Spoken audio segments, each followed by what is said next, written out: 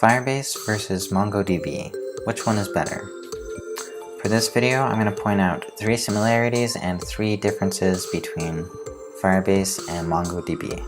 First, Firebase and MongoDB are both NoSQL based.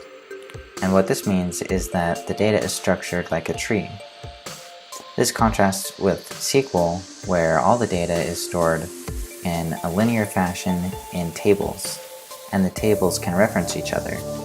So MongoDB and Firebase are both NoSQL, which means their data is structured more like a tree. And similar to a tree, that brings me to my second point. MongoDB and Firebase are both JSON-like. And that just means that they're structured at least similar to JSON data. Now, in the case of MongoDB, the data is literally JSON data. You can take data from the front end and save it directly to the database as a JSON object. And with Firebase, there are 2 things to consider.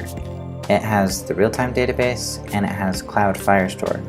With the real-time database, data is stored as JSON, literally. But with Cloud Firestore, things only look like JSON. It's not actually JSON. There are only collections and documents. The third similarity between Firebase and MongoDB is that they can both be used as a service.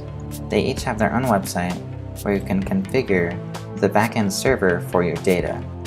This involves things like users, permissions, data security, etc. This can all be configured on both Firebase and MongoDB. That concludes our 3 similarities. Now let's talk about some differences.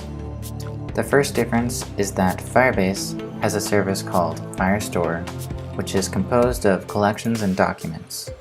Though FIRESTORE is JSON-like, it's much more scalable than just JSON. A document is a JSON object, but a collection is a collection of JSON objects.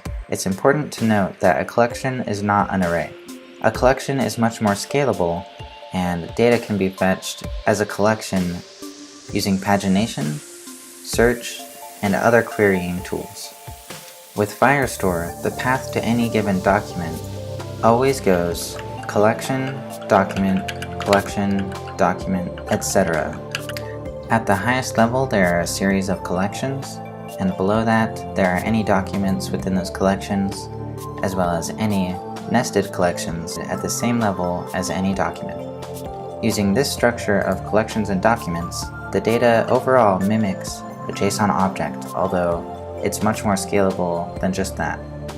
The second difference between MongoDB and Firebase is that Firebase is a more complete solution. It has many services including hosting, storage, cloud functions, machine learning, and much more.